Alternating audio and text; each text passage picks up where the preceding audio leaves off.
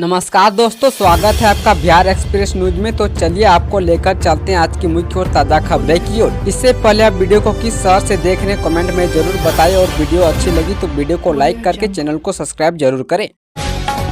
Bhagalpur airport निर्माण में नई समस्या, गोराडीह और सुल्तानगंज के बीच टकराव। भागलपुर एयरपोर्ट के निर्माण की प्रक्रिया में अब एक नया पेंच फंस गया है। पहले गोराडीह में एयरपोर्ट बनाने की तैयारी चल रही थी, इसके बाद सुल्तानगंज में बनाने की तैयारी हुई। इसे लेकर अब राज्यसभा सचिवालय की परिवहन, पर्यटन एवं संस्कृति संबंधित संसदीय स्थायी समिति के अध्यक्ष को पत्र भेजकर आपत्ति दर्ज कराई गई है। आपत्ति यह है कि गोराडीह ऐतिहासिक पर्यटन स्थलों, राष्ट्रीय संस्थानों और बिहार बंगाल की सीमा के करीब है, इसलिए एयरपोर्ट का निर्माण गोराडीह में ही होना चाहिए। आपत्ति दर्ज होने के बाद एयरपोर्ट अथॉरिटी ऑफ इंडिया के महाप्रबंधक डॉक्टर गुरुसेवक मनीष ने 8 नवंबर को बिहार सरकार को पत्र भेजा है। इसमें ग्रीनफील्ड एयरपोर्ट के विकास के लिए गोराडीह में प्रस्तावित स्थल के संबंध में टिप्पणियों प्राप्त कराने की बात कही गई है। इसके बाद डीएम ने 9 नवंबर को अपर संवाददाता को पत्र भेजकर कार्रवाई करने का निर्देश दिया।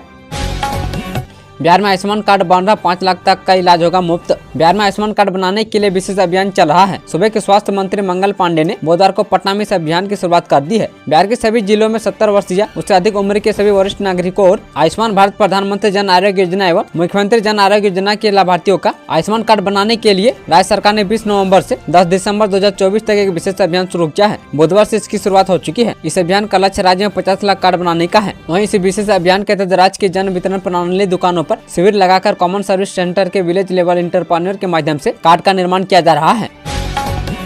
शिक्षा के ट्रांसफर पर नीतीश सरकार का बड़ा फैसला, अब फिर से दे सकेंगे आवेदन। बिहार सरकार ने शिक्षकों के ट्रांसफर पर नया आदेश जारी किया है। शिक्षा विभाग द्वारा जारी आदेश के बाद एक बार फिर से शिक्षकों का नए सिरे से ट्रांसफर हो सकेगा। विभाग के अपर मुख्य सचिव डॉक्टर एस सिद्धार्थ द्वारा जारी निर्देश के मुताबिक अब बिहार में सक्षमता परीक्षा पास एक बार फिर से ट्रांसफर के लिए 1 दिसंबर से 15 दिसंबर तक ऑनलाइन आवेदन कर सकेंगे। नियम के मुताबिक इसके लिए सिर्फ विशेष समस्या से ग्रसित शिक्षक ट्रांसफर के लिए आवेदन कर सकेंगे। शिक्षकों ट्रांसफर के लिए आवेदन इस शिक्षा कोष पर करेंगे। विभाग के इस निर्णय से लाखों शिक्षकों को राहत मिलेगी। शिक्षा विभाग के लिए जारी निर्देश में बताया गया है कि ट्रांसफर पोस्टिंग के लिए किए गए पहले के सभी आवेदन रद्द किए जाएंगे। मालूम हो कि 2 दिनों पहले बिहार के शिक्षा मंत्री सुनील कुमार ने शिक्षक ट्रांसफर नीति को स्थगित करने का फैसला किया था। बुधवार को सीएम नीतीश कुमार ने भी शिक्षकों को नियुक्ति पत्र बांटे जाने के दौरान कहा था कि अभी हम लोग शिक्षकों का ट्रांसफर नहीं करने वाले हैं। बड़ी संख्या में बिहार के शिक्षकों ने सीएम नीतीश कुमार से गुहार लगाई थी कि ट्रांसफर पोस्टिंग नीति हर हाल में लागू की जाए। उनका कहना है कि लाखों शिक्षक ट्रांसफर के इंतजार में हैं, जिन्हें जरूरत है सरकार उनका तबादला कर दे। अब नीतीश सरकार के फैसले से शिक्षकों को बड़ी राहत मिली है। बिहार पुलिस कांस्टेबल भर्ती की पेड की तारीखें घोषित, जाने कब और कहां होगी परीक्षा। बिहार पुलिस कांस्टेबल भर्ती के लिए शारीरिक दक्षता परीक्षा की तारीखें अब जारी कर दी गई है। यह परीक्षा 9 दिसंबर 2024 से शुरू होकर 10 मार्च 2025 तक चलेगी और पटना के गर्दनी बाग हाई स्कूल में आयोजित की जाएगी। यह परीक्षा लिखित परीक्षा में सफल उम्मीदवारों के लिए अगला महत्वपूर्ण कदम है, जिसमें उनके शारीरिक कौशल का मूल्यांकन किया जाएगा। बिहार पुलिस कांस्टेबल भर्ती की लिखित परीक्षा में कुल 11,95,101 उम्मीदवारों ने भाग लिया था, जिनमें से 1,07,079 उम्मीदवारों को शारीरिक दक्षता के लिए चुना गया है। इनमें से 67,518 पुरुष और 39,550 महिलाएं और 11 ट्रांसजेंडर उम्मीदवार शामिल है। बिहार की सड़कों को अमेरिका की तरह बनवा दूंगा, गया में नितिन गडकरी जात पात पर करने वाले पर बरसे। केंद्रीय सड़क परिवहन और राजमार्ग मंत्री नितिन गडकरी गुरुवार को बिहार के गया पहुंचे। बिहार आर्थिक परिषद के 22वें अधिवेशन का उन्होंने उद्घाटन किया। इस 2 दिवसीय अधिवेशन में प्रतिष्ठित अर्थशास्त्री, विद्वानों और शोधार्थियों का जुटान हुआ है। केंद्रीय मंत्री नितिन गडकरी ने गया में 6 सड़क प्रोजेक्ट का शिलान्यास और उद्घाटन किया। उन्होंने अपने संबोधन में कहा कि बिहार की सड़कों को अगले 4 साल में वो अमेरिका की तरह बना देंगे। वो जात पात को लेकर उनके तेवर सख्त दिखे और उन्होंने इससे दूर होने की सलाह दी। बिहार आर्थिक परिषद के 22वें अधिवेशन में केंद्रीय मंत्री नितिन गडकरी ने कहा कि गरीब आदमी के जीवन को बदलना भी जरूरी है। उन्होंने कहा कि समस्या को देखकर यहाँ की पॉलिसी बननी चाहिए। अमेरिका की किताब में क्या लिखा है वह देखकर बिहार में बताएंगे तो यहाँ नहीं चलेगा। वही मंत्री ने कहा कि लेकिन एक बात जरूर है कि मैं आपको विश्वास दिलाता हूँ कि 4 साल के अंदर बिहार के राष्ट्रीय राजमार्गों को अमेरिका के बराबर करके दूंगा। सरकारी विद्यालय के टाइम टेबल में बदलाव, शिक्षा विभाग ने जारी किया आदेश। बिहार शिक्षा विभाग ने राज्य के सरकारी स्कूलों की टाइमिंग में बदलाव किया है। शिक्षा विभाग ने गुरुवार को बताया कि अब प्राथमिक, मध्य माध्यमिक एवं उच्च माध्यमिक स्कूल सुबह 9:30 बजे से शुरू होगी। विभाग के आदेश के तहत 1 दिसंबर 2024 से राज्य के सभी प्राथमिक, मध्य माध्यमिक एवं उच्च माध्यमिक संस्कृत विद्यालय, मदरसा विद्यालय सहित मॉडल टाइम टेबल निम्न रूप से निर्धारित किया गया है। प्राथमिक, मध्य माध्यमिक, उच्च माध्यमिक विद्यालयों की नई समय सारणी के तहत सुबह 9:30 बजे विद्यालय शुरू होगा।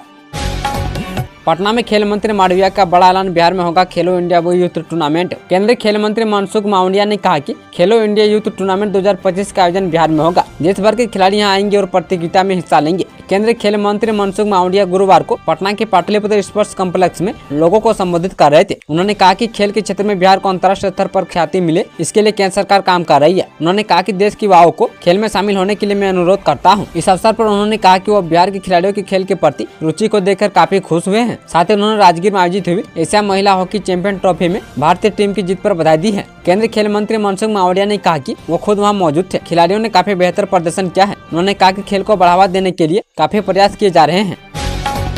निर्बाधन एलिवेटेड रोड देखने बिहटा पहुंचे मुख्य सचिव जाम को लेकर कही यह बात। बिहटा में बढ़ते जाम की समस्या से निजात दिलाने के लिए बिहार के मुख्य सचिव अमृतलाल मीणा गुरुवार को बिहटा चौराहा पहुंचे। इस मौके पर Patna DM doctor Chandrashekhar Singh, Patna SSP Rajeev Mishra के अलावा पटना जिले के सभी वरीय अधिकारी मौजूद थे। बिहार के मुख्य सचिव अमृतलाल मीणा ने सबसे पहले वहाँ अधिकारियों से जाम लगने के कारणों की जानकारी ली, फिर बिहटा चौक की सड़कों का निरीक्षण किया और कई दिशा निर्देश भी दिए। बिहटा से पर्वत तक 4 लेन सड़क का भी निर्माण शुरू होना है। मुख्य सचिव ने आज उस परियोजना का भी निरीक्षण किया है। अधिकारियों के साथ बिहटा चौक पहुंचे मुख्य सचिव अमृतलाल मीणा ने सड़क के निर्माण की गति पर भी चर्चा की। एजेंसी के अधिकारियों ने उन्हें बताया कि 45 से 60 दिनों के अंदर यह काम पूरा कर लिया जाएगा। उन्होंने निर्माण कार्य में लगे एजेंसियों को काम को और तेजी से करने का निर्देश दिया।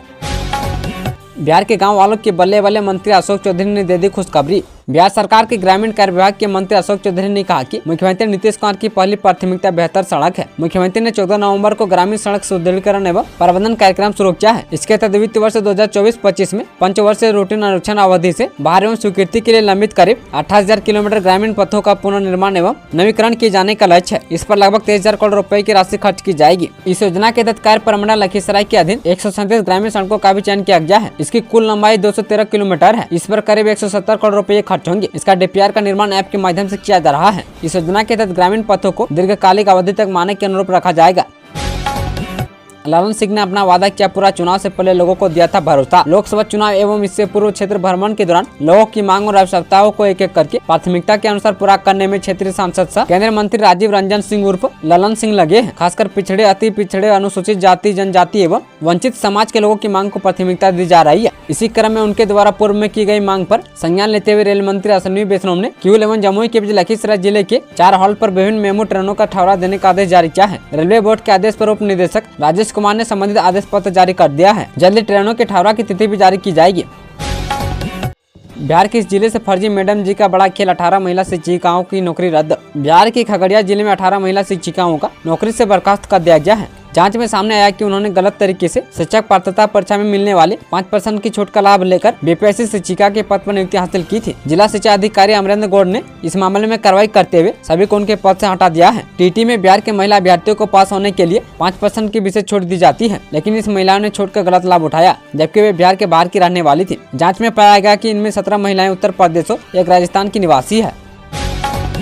बगहा में आनंद विहार दरभंगा एक्सप्रेस हरिनगर के पास हुई डिरेल। बताया जा रहा है कि किसी अज्ञात व्यक्ति ने वैक्यूम ब्रेक लगाया था, जिसके कारण यह घटना हुई है। हालांकि रेलवे की तत्परता और समय पर कार्रवाई से किसी भी यात्री को कोई चोट नहीं पहुंची है। आनंद फानन में फिलहाल डिरेल हुई बोगी और इंजन को ट्रेन से अलग कर प्लेटफॉर्म नंबर 3 पर खड़ा कर दिया गया है। एक्सीडेंट रिलीज ट्रेन की मदद से रेलगाड़ी को ठीक कर दरभंगा के लिए रवाना कर दिया गया है। पूर्व मध्य रेल की ओर से यात्रियों को सुरक्षित निकालने और ट्रेन को गंतव्य स्थान तक भेजने के लिए तुरंत कदम उठाए गए हैं। हालांकि इस रेल दुर्घटना के बाद सिस्टम पर सवाल खड़े हो रहे हैं। लिहाजा पूर्व मध्य रेलवे के समस्तीपुर रेल मंडल में हड़कंप मचा है।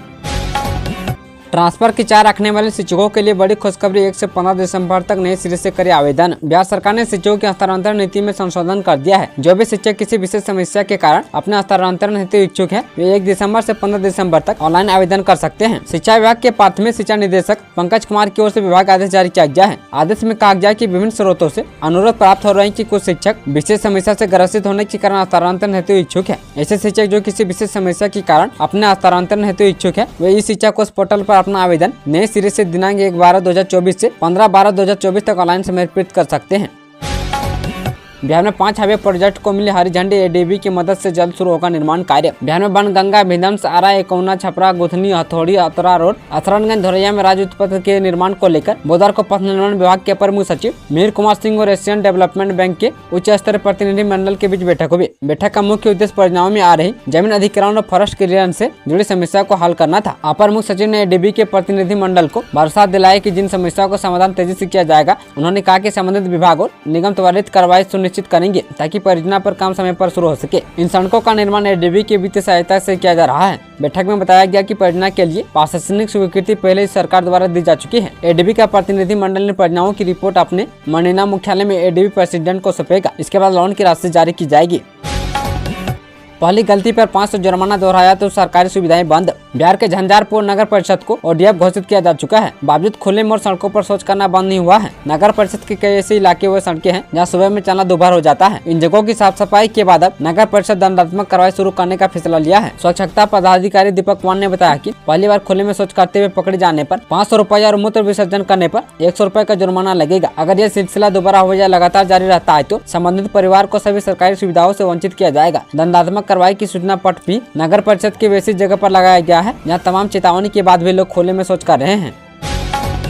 मानव तस्करों के चंगुल से बाल बाल बचे 19 बच्चे। आरपीएफ पोस्ट मुजफ्फरपुर ने कर्मभूमि एक्सप्रेस से 19 किशोरों को मानव तस्करों के चंगुल से मुक्त कराया है। सभी 14 और 17 वर्ष आयु के वर्ग के हैं। साथ ही 4 मानव तस्करों को भी गिरफ्तार किया है। किशोर खगड़िया, भागलपुर, कटिहार, किशनगंज के रहने वाले हैं। वहीं तस्कर दीपक कुमार खगड़िया के बेलदौर थाना क्षेत्र के बेलदौर पचौत का रहने वाला है। वहीं राहुल कुमार खगड़िया बाजार का रहने वाला है, जबकि पंचा कुमार भागलपुर के रंगरा थाना के भीमदास टोला का रहने वाला है। साथ ही रोमिन मरांडी कटिहार के रोहताना थाना क्षेत्र के बलवा टोला का रहने वाला है। सभी लंबे समय से मानव तस्करी का धंधा कमीशन पर करते हैं। आरपीएफ की ओर से बताया गया कि किशोरी के परिजनों को 8,000 रुपए मासिक भुगतान का झांसा देकर अपने साथ ले जा रहे थे, जिसे पंजाब के लुधियाना, अम्बाला और जलंधर के नाश्ता व मिठाई दुकान में मजदूरी कराने के लिए ले जा रहे थे। आरपीएफ इंस्पेक्टर मनीष कुमार ने बताया कि यह अब तक का सबसे बड़ी बरामदगी है।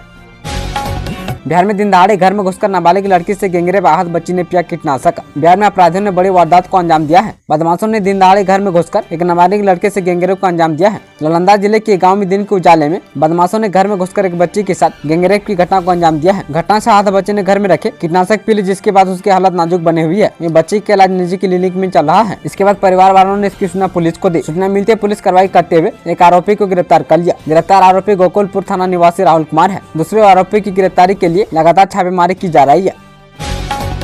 24 दिसंबर से 7 जनवरी तक मेगा ब्लॉक पटना जाने वाली ये ट्रेनें रद्द। गया जंक्शन के 6 और 7 नंबर प्लेटफॉर्म का विस्तारीकरण कार्य को पूरा करने के लिए 24 नवंबर से 7 जनवरी तक मेगा ब्लॉक रहेगा। मेगा ब्लॉक रहने के कारण इस प्लेटफॉर्म से उक्त निर्धारित अवधि तक ट्रेनों का परिचालन पूरी तरह से बंद रहेगा। जहाँ से होकर पटना के लिए चलने वाली मेमू एक्सप्रेस ट्रेनों का परिचालन 24 नवंबर से 7 जनवरी तक प्रभावित रहेगा। प्लेटफॉर्म पर ट्रेनों का आवाजाही बंद रहने की स्थिति में गया जंक्शन से होकर पटना सेक्शन की 18 ट्रेनों का परिचालन रद्द किया गया है।